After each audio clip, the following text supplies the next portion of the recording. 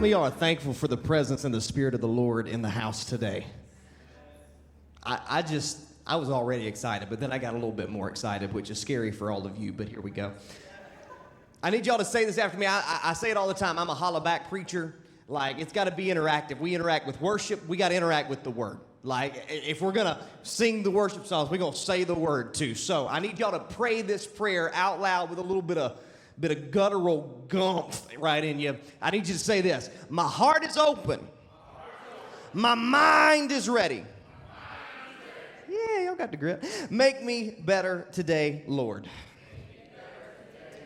I just spent the last week of my life with 42 of my closest junior and senior high school friends in Washington, D.C. For those of you that have never been on a school trip, wow, you're missing out, I promise. You may think, I'm not missing out. I promise you're missing out. We start at, 6:30, early, dark 30 in the morning and eat some really bad hotel breakfast. And then we go all day long and we get back to the hotel at 10 p.m. And then the kids are like, I complained all day, but now I'm not tired, so let's hang out. And you stay up until midnight. And it's fun, I promise. It's really fun. I walked 50 miles in 5 days. I haven't walked 50 miles in my lifetime. Like, by the end of this trip, I was like, why can we get one of those like chairs at Disney World where I just like motorized scooter past these kids? I have kids that are way more athletic than I am that are 10 miles behind the group, and we've only walked 7 miles. Do that math real quick in your head. We saw some incredible things in Washington, D.C. But there was one specific place that we went that marks me every single time I go. I remember when Michael and I went on our junior trip, same school, everything, just 2,000 or 3,000 years ago. When we went to this place called the Holocaust Memorial Museum, the United States Holocaust Memorial Museum. I remember walking into a specific area of this museum, and I can still smell what I smelled in this room. It was a collection of thousands of leather shoes that had been taken from the prisoners at the concentration camps. They had been collected as soldiers were freeing all of these concentration camps, and they had ended up there, and there was this leather smell, but it marked me. And it marked so many of my students as we walked through. And there's this one specific person that I've always had a connection to when I've walked through this museum because of a little bit of my heritage. There's a man named Dietrich Bonhoeffer that was a German theologian and pastor. He was Lutheran. I grew up Lutheran, so I resonated with this guy. And every time I go look for the clues of Dietrich Bonhoeffer throughout the United States Holocaust Memorial Museum. Dietrich Bonhoeffer was born in 1906, and he felt a call to theology and ministry very early in his life. In 1933, he's been through Bible college. He's just starting out, and Adolf Hitler comes to power in Germany, and he begins to install the Nazi Reich, and they're going to take over the world, and they're going to eradicate the Jewish population that they believe is an inferior race to themselves. Bonhoeffer is in this weird space. He's a German, but he's a Christian. And he sees the hatred and the vitriol and just the absolute demonic nature of what is happening to the Jewish people and to the rest of the world that are not Germans, that he decides from the beginning that he's going to stand up. Just 2 days after Adolf Hitler was elected to power, Dietrich Bonhoeffer begins speaking out against Adolf Hitler. And maybe in the early days, it didn't seem like that big of a deal. It was like a new political leader, and I'm against this political leader and some of his thoughts, so I'm gonna stand up against him. But Dietrich felt it deeply within his soul. So throughout the course of the next few years, you guys know the story. Adolf Hitler continues to grow in influence and power. The Nazi Reich begins to invade other countries, and we end up in a place called World War II. Yes, I'm a history buff, and I love this stuff. We end up in World War II. Just days before the launch of World War II, Dietrich Bonhoeffer got on a ship because he was persona non grata in Germany, and he rode the ship all the way to the United States of America. He gets to the United States, and he describes it as almost like a sickness that he felt, that he was not where he was supposed to be. He felt that his job and his call and his mission was to be with the people of Germany, to be with the Christians of Germany, to show them a different way. You see, at this point, the Nazi Reich had taken over the church, and all of the church leaders had to pledge their allegiance to Adolf Hitler and the Nazis more so than to Jesus Christ. Dietrich Bonhoeffer said, I've got to get back home because I've got to play a part in changing this thing, because I have no place to change this thing if I'm not in it, in the thick of it. If I'm not in it, I can't run away. It kind of reminded me almost of Jonah a little bit. Jonah and the whale, that he tries to run from what is happening, but the Lord continues to call him back. He joins the resistance when he gets home to Germany, and he was at risk of death. So his brother-in-law worked for the SS, the secret service, if you will, the secret police of Germany. And Dietrich was going to get drafted in the military like everybody else, and he was a pacifist, so he couldn't fight, but he also couldn't refuse to join the army because he would immediately be killed. So they arranged for him to have a job in the secret police, and he begins his work undermining the Nazi Reich. He works against them and joins the German resistance. He uses his position in the secret police to begin to help Jews escape to other countries. He knew when raids would come, all these different things, and he was getting these messages out. By this time in the early 1940s, he is a part of the resistance and the people that are plotting to kill Adolf Hitler. In 1943, Dietrich Bonhoeffer is arrested. He is placed in prison, and he ends up in a place called Flossenburg concentration camp. From these concentration camps and prisons, he writes letters talking about his faith in God in the middle of the concentration camps. You walk through the United States Holocaust Memorial Museum, and it's kind of just a story until you walk through it. You see things that you would never imagine. There are places where they have walls built up so that children can't look over and see the videos that are playing behind the walls. The atrocity. Over 6 million people were wiped off the face of the planet in this. And yet here is Dietrich Bonhoeffer, full of faith, in the middle of this prison. On the early morning hours of April 9th, 1945, Dietrich Bonhoeffer was martyred by hanging at the Flossenburg concentration camp. He preached and he prayed that day, and he said this that morning: "This is the end for me. This is the end for me, the beginning of life. This is the end for me, the beginning of life." One of the quotes in his lifetime says this: "Being a Christian is less about cautiously avoiding sin than about courageously and actively doing God's will." Today, I want to preach to you about this idea of hosting the presence in hostile cultures. Hosting the presence in hostile environments. How many of y'all know that the world is not as friendly as it used to be to the idea of following Jesus? It is not as open to the idea of people standing up and sharing their faith and standing for truth. Truth is now abstract. Truth can be anything you feel, anything you want, and the world is not as open to the idea of truth being truth. How many of us know, too, that it's not just the outside world, but sometimes we can have hostile cultures at work. We can walk into a group of people at work that form a hostile environment to our faith in Jesus Christ. How many of us know that it can be in our homes? That our homes can become hostile environments to hosting the presence of the Lord. How about this? How about our minds? Our minds can become hostile environments to hosting the presence of the Lord. Dietrich Bonhoeffer hosted the presence of the Lord in the middle of the most hostile of environments. I want to talk about 3 young men that we've all probably heard the story of before in Scripture that did this same thing. I've got 25 minutes. I speak really fast anyway. This is going to be on 2 times speed, so here we go. Daniel chapter 3, verses 1 through 30 says this: "King Nebuchadnezzar made a gold statue 90 feet tall and 9 feet wide and set it up on the plain of Dura in the province of Babylon.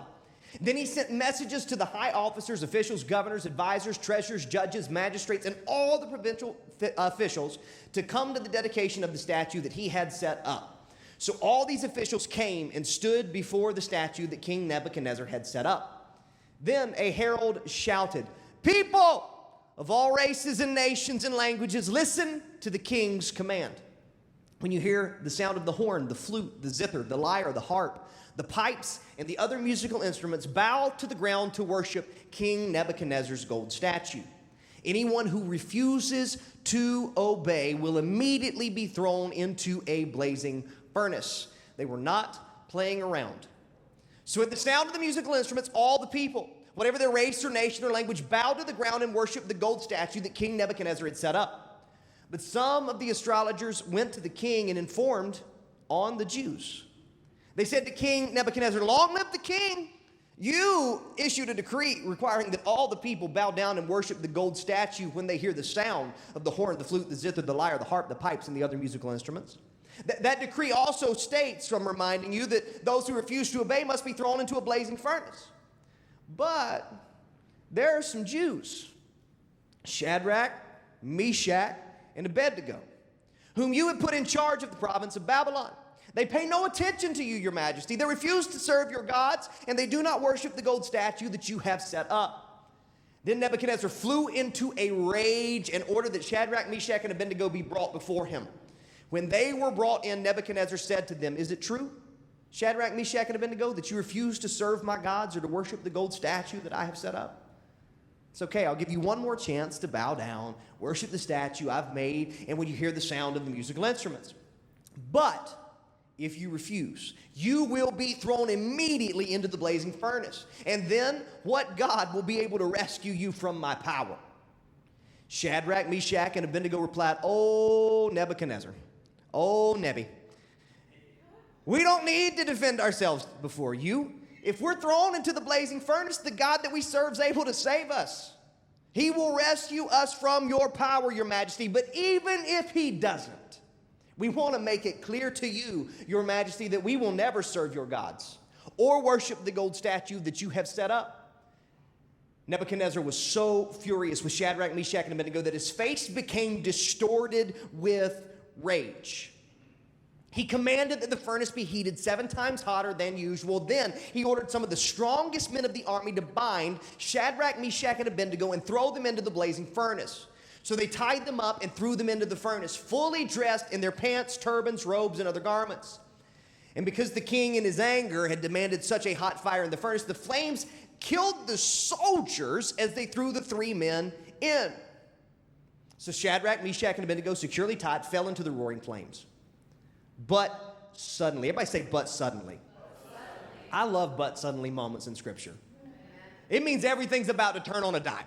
Like what you thought was about to happen ain't what's going to be happening. Like, just give me a second and watch me work. But suddenly, Nebuchadnezzar jumped up in amazement and exclaimed to his advisors, "Didn't we tie up 3 men and throw them into the furnace?" Well, they're like, "Yeah, you were really mad about it. There was 3, of course. We certainly did, your majesty." "Look," Nebuchadnezzar shouted, "I see 4 men, unbound, walking around in the fire, unharmed, and the 4th looks like a god." Then Nebuchadnezzar came as close as he could to the door of the flaming furnace. Remember, it was 7 times hotter. He couldn't get that close, and he shouted, "Shadrach, Meshach, Abednego, servants of the Most High God, come out, come here." The one that threw him in called him out. So Shadrach, Meshach, and Abednego stepped out of the fire. Then the high officers, officials, governors, and advisors crowded around them and saw that the fire had not touched them.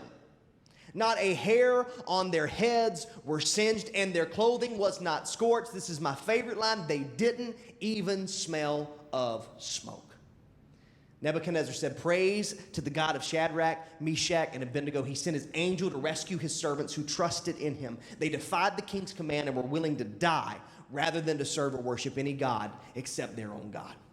Therefore, I make this decree. If any people, whatever their race or nation or language, speak a word against the God of Shadrach, Meshach, and Abednego, they will be torn limb from limb, and their houses will be turned into heaps of rubble. There is no other God who can rescue like this." Then the king promoted Shadrach, Meshach, and Abednego to even higher positions in the province of Babylon.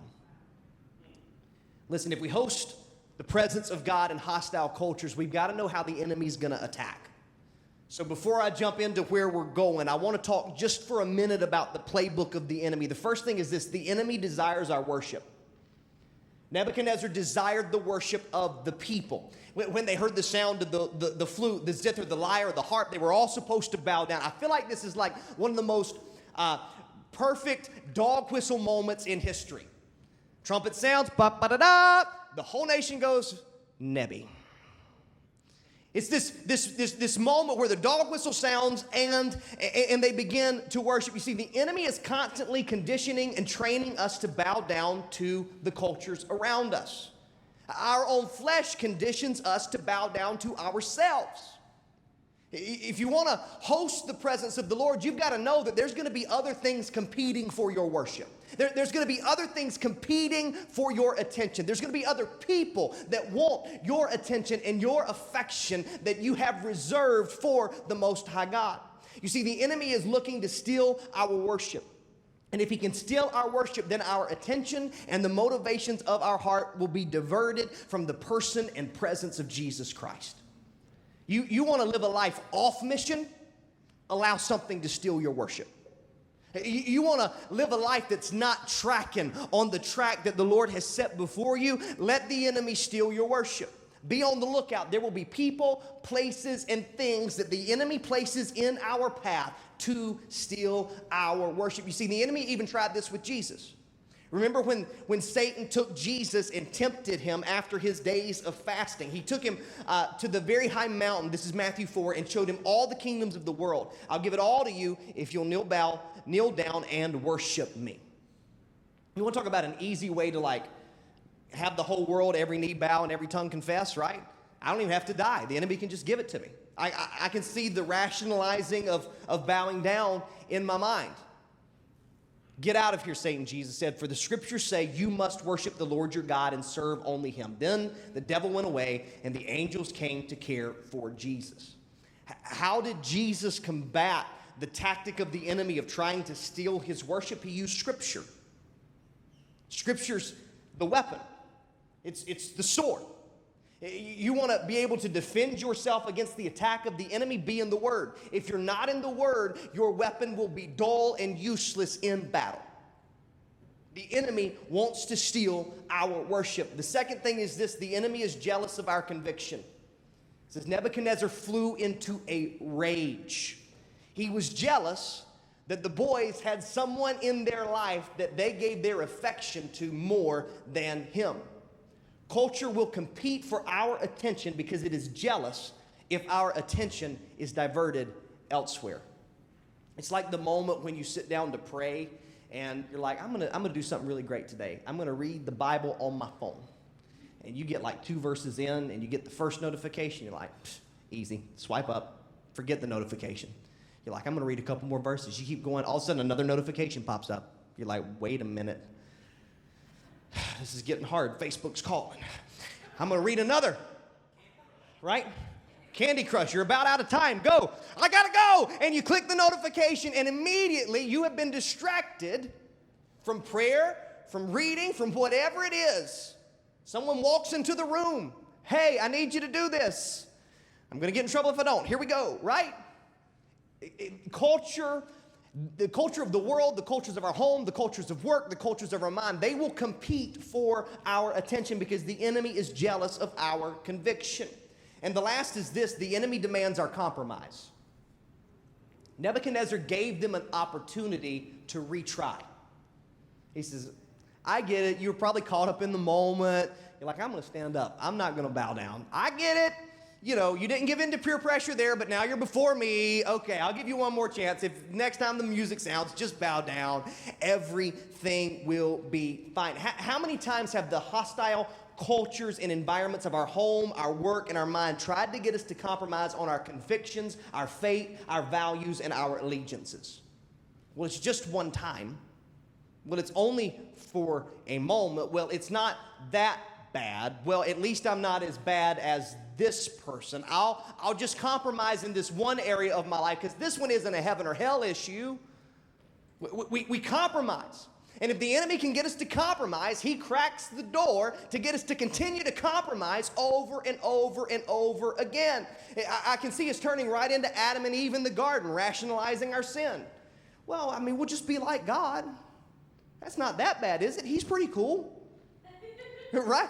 We have these moments in our mind where we begin to rationalize the compromise that takes effect. You see, we know how the enemy will attack. We have to know how to continue to host the presence, even in hostile cultures. So this is where, if you want to host the presence in the middle of a bad work environment, in the middle of a home where one of you is loving and serving the Lord, but somebody else is far away, where your kids are far away from the Lord and you desperately want them to return. If you want to host the presence of your mind when it's constantly going to places that are not of the Lord, this is how we do it. If you want to host the presence in hostile cultures, number one, fear God, not man. Fear God, not man. Verse 16, they said, "Oh, Nebi, we don't need to defend ourselves before you." I wish I could say that would have been my response. I wish I could be honest with you and say right there in the face of the king, with the furnace probably over in the corner, blazing hot, I wish I could have said, "Listen, I don't answer to you. Everything's good." But how many times in our lives has the fear of man, the fear of other people, kept us from doing what it was that God called and ordained us to do? How many times have we not walked up to somebody and shared the message of hope because we were afraid that we might be rejected? How many times have we not prayed for somebody when the Lord did something, called that person and prayed with them over the phone because we're afraid of how we're going to be received? It happens over and over and over again. If we want to host the presence in hostile cultures, we have to fear God, not man. What does the fear of man look like? It looks like people pleasing. Constantly walking around looking for the approval of people instead of the approval of God. The avoidance of conflict. I don't want to step into that, even though the Lord gave me a word. I don't want to mess in that area, even though this is my brother and I feel like I need to step into this moment. It looks like the avoidance of that. It looks like social anxiety. I want the approval of everyone around me, so I've got to dress a certain way. I've got to talk a certain way. I've got to act a certain way. I've got to do what these other people are doing. It looks like insecurity and low self-esteem because we begin to measure ourselves about the people around us instead of measuring ourselves against the Word of God. It looks like decision paralysis. We can't make a decision because we're afraid of what that's going to do to the people around us. How many of us can say that there are times that we fear the thoughts, judgments, and feelings of people more than we fear the awe and the power and the authority of God? Proverbs 29 says this: "Fearing people is a dangerous trap, but trusting in the Lord means safety." You see, the fear of the Lord is this: it's a profound respect, reverence, and awe for God.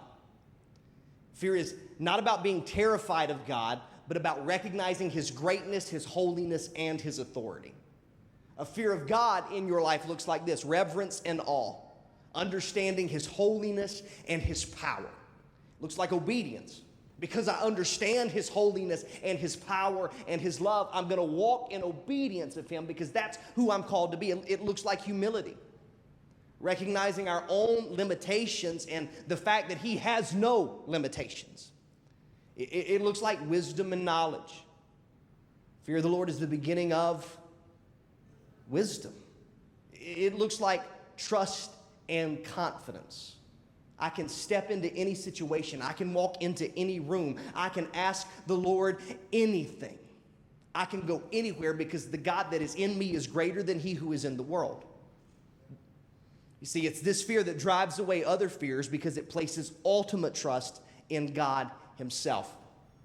I'm going to hit just a couple verses. Proverbs 1:7. The fear of the Lord is the foundation of true knowledge, but fools despise wisdom and discipline. Proverbs 8:13. All who fear the Lord will hate evil. Therefore, I hate pride, arrogance, corruption, and perverse speech. Psalm 111:10. The fear of the Lord is the beginning of wisdom. All who follow His precepts have good understanding. To Him belongs eternal. I want wisdom. I don't want to be dumb. Can we be honest? I don't want to walk around looking like I'm stupid. I don't want to be fearful of the decisions I make because I don't understand what I'm doing. I want to walk in wisdom and confidence, knowing that the answers came from God himself. Proverbs 14:27, the fear of the Lord is a fountain of life, turning a person from the snares of death. I want life. Luke 1:50, his mercy extends to those who fear him from generation to generation. I want his mercy. I crave his mercy. Proverbs 19:23, fear of the Lord leads to life, bringing security and protection from harm. How insecure are we when we are fearful of man, but how secure can we be if the one that holds all things together is holding us together? The second thing we got to do is this: we got to stand in faith. Verse 17, if we're thrown into the blazing furnace, the God whom we serve is able to save us. When hostile cultures try to get us to quit hosting the presence, it's up to us to stand up in faith. When your mind tries to get you to quit believing that God's going to come through on the prayer that you've been praying for years, it's up to us to stand up in faith. We rely on the Holy Spirit to build and to grow our faith. We do it through testimonies of other people. We do it through worship experiences at an altar. We do it through reading the truth of his word. We've got to have a confidence to be able to stand up in faith. 1 Corinthians 16:13. Remember to stay alert and hold firmly to all that you believe. Be mighty and full of courage. We got to be able to stand firm on the fact that we're forgiven. We got to stand firm on the fact that we are healed. We've got to stand firm on the fact that we are set free. We got to stand firm on the fact that we are not forsaken. We got to stand firm on the fact that we are never alone. We got to stand firm on the fact that we are loved, and we are loved deeply. We've got to stand firm on the fact that he has rescued us and that he is on our side. You want to host the presence in a hostile environment? Stand firm in faith. In the face of it, stand up and say, hey, listen, you have no power, you have no authority over me, because the one that holds all authority is for me. You want to walk into your home with an extra set of confidence? Stand in faith. The next thing I see the boys do is this: they worshiped God alone. But even if he doesn't, first off, wow. You talk about an uncompromising position. I'm not going to bow down. He's going to save me. But even if he doesn't, there is nothing you could do to make me bow down to you. Because even if I'm killed in this fire, there is nothing that's going to steal my affection. There is nothing that's going to steal my attention. There is nothing that's going to shift the chambers of my heart to give my worship to anyone or anything else other than the God of the universe. Worship God alone. We want to make it clear, Your Majesty, we will never serve your gods or worship the gold statue that you have set up. Have we reserved our worship for God alone, or have we allowed other people and things onto the throne of our hearts? There's a lot of times in my life, one of the great mentors of my life, Frank Kannapolis, Mr. C, says this: it's always God first, your family, and then everything else. If I've heard him say it one time, I've heard him say it 10 million times. It's God first, your family, and everything else. So as I take stock of every area of my life, is that the order? Is that really, really how things are aligned in my heart? Is it God first, my family, and everything else? Or is it the American dream, friendships, God, and everything else? Is it status, God, and everything else? Is it the desires of my own heart? Is it building my own kingdom? Is it technology? And is it an addiction? What is it? The boys stood firm in faith, and they worshiped God alone. They refused to bow down to anyone or anything else. Am I bowing down to the United States of America? Spent a week in the Capitol. You find some people that are a little bit more madly in love with the idea of America than they are of the God of the world.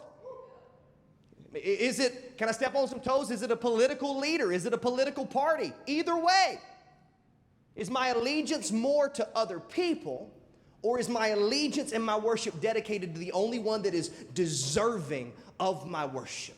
The only one that can have the fullness of my heart because he created the fullness of my heart. 1 John 5:21 says this, "Dear children, keep away from anything that might take God's place in your heart." This is a warning to us. We should not ever be in a place where we side-eye things that can divert our attention. It reminds me of this image that floated around the internet for a long time. I mean, that's his girlfriend, I'm assuming, on this side, because she's really mad. This is some other girl, and he's like, that double take, he broke his neck. But this is what we do.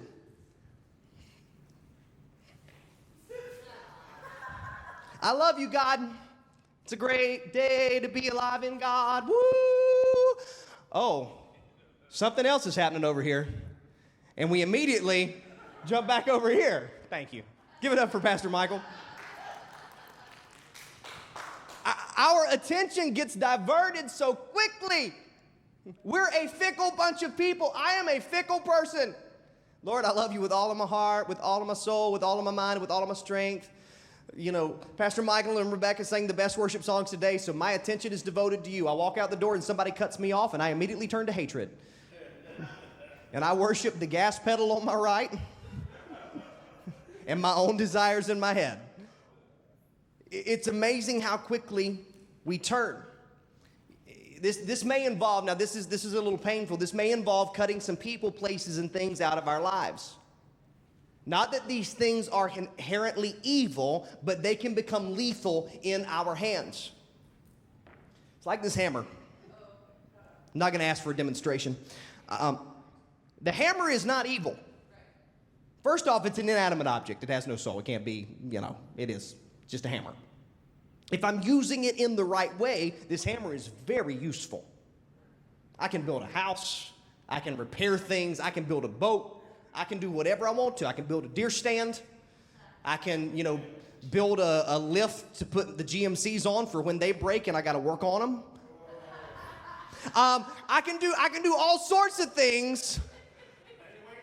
I have. That felt really good to get out, Ed. That was good.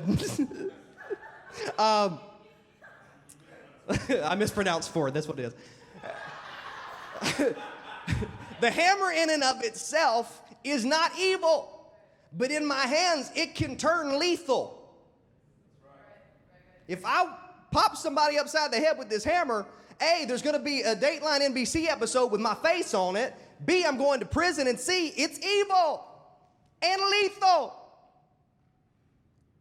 What are the things in your life that may not be bad in and of themselves, but are drawing your affection and your attention and your worship away from the one true God?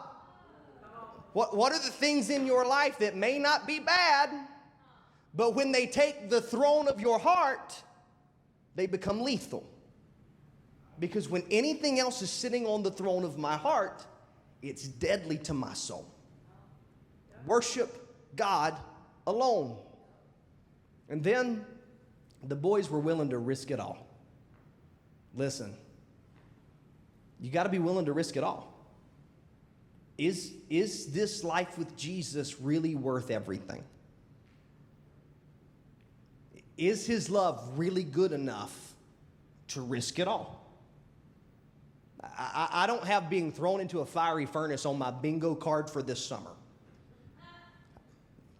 It's not on my list. I don't think that's going to be happening to any of us here over the next few months, years, or hopefully even our lifetimes. But Nebuchadnezzar gave him a second chance to bow down. Bow down, fiery furnace, take your pick. They said, listen, you don't get it. The God I serve is unrivaled. The God I serve is full of power and might. The God I serve is full of awe and wonder. He's indescribable. I can't even fully name him. He is perfect and matchless in every single way. That's the God I serve. So I'm sorry. I'm willing to risk it all for a God that's that good. I'm willing to risk it all for a God that loved me that much. I'm willing to risk it all for a grace that goes far beyond anything I could dream of or think of or imagine.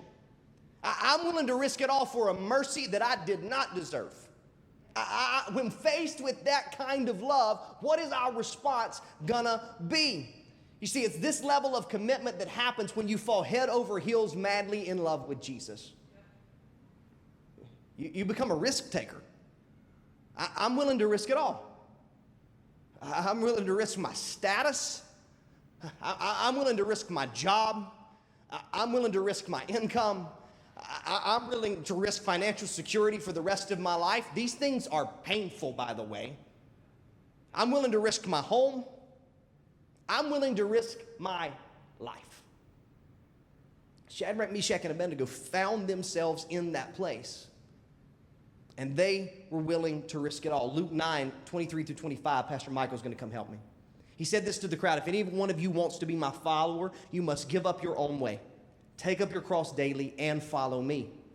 If you try to hang on to your life, you will lose it. But if you give up your life for my sake, you will save it. And what you do, you benefit. And what do you benefit if you gain the whole world, but are yourself lost or destroyed? We got to give up our own way. It's no longer about my desires and my preferences. Can I say that again? It's not about my preferences, because I have a lot of preferences. I have a lot of opinions. Ask the people around me. I can give an opinion real quick, but it's not about my preferences. It's not about my opinion. I got to give up my own way, because I have to trust that his way is better, that his thoughts are not my thoughts, that his ways are not my ways, and they are higher and they are better than mine. It says, take up your cross, and he says daily, because he knows that it's going to have to be a discipline of our hearts. If we want to risk it all, we got to pick up our own instrument of death daily. I'm going to die to myself today so that I can live in the center of your will, in the center of what you called me to. Then it says, follow me. Where you go, I'll go. Where you stay, I'll stay. When you speak, I speak. When you remain silent, my mouth will be closed. Galatians 2:20, I shared this verse on Easter. It's my favorite verse because of the story behind it. My old self has been crucified with Christ. It's no longer I who live, but Christ that lives in me. So I live in this earthly body by trusting in the Son of God who loved me and gave himself for me. Listen, is this a truth of our lives, or is this a really great sign from Hobby Lobby that we put in our bathroom? It's no longer I who live. So what have I got to lose? If Shadrach, Meshach, and Abednego are standing there and they're saying, I'm willing to risk it all, it's because they realize they're not risking anything. They've already won everything. They already have all of the hope, all of the joy, all of the peace, everything that they could ever need, all of the forgiveness, all of the healing, all of his love, and all of his mercy. We think it's a risk, but the greater risk is not jumping all in. What am I going to lose? My house? Okay, well, eventually it's going to fall in anyway. What am I going to lose? My car? Well, it's a Ford, and I learned today that they're terrible. So, what am I going to lose? My job? I promise I can flip burgers or something. There's something else out there for me. What am I going to lose? My life? Yeah, so I don't have to be sick anymore. I don't have to, feel the heat of, a North Carolina summer anymore. I just get to be in the presence of Jesus forever and ever and ever and ever and ever and ever. What have I got to lose? If you want to host the presence in a hostile environment, realize there's nothing left to lose. Risk it all, because none of it matters anyway, because the moment that my life on this earth ends, everything goes away except him. And then the best part is you get to stand back and watch the Lord do the work. They're thrown into the fire. Nebuchadnezzar says, wait, there's somebody else there. pulls them out. Not a hair on their head is singed. Their clothes are not charred. They don't even smell like smoke. Now, that's a fantastic story, and it preaches really well. But what if that was the only time something like that happened? I can see it now, like the other side of my brain saying, well, yeah, but that was in the Bible. Does that happen once? Once can be an anomaly. But if I go a little bit deeper into the scripture, 2 Chronicles tells the story of Jehoshaphat. And Jehoshaphat says, the Lord tells him, you will not have to fight this battle. Take up your positions, stand firm, and see the deliverance that the Lord will give you.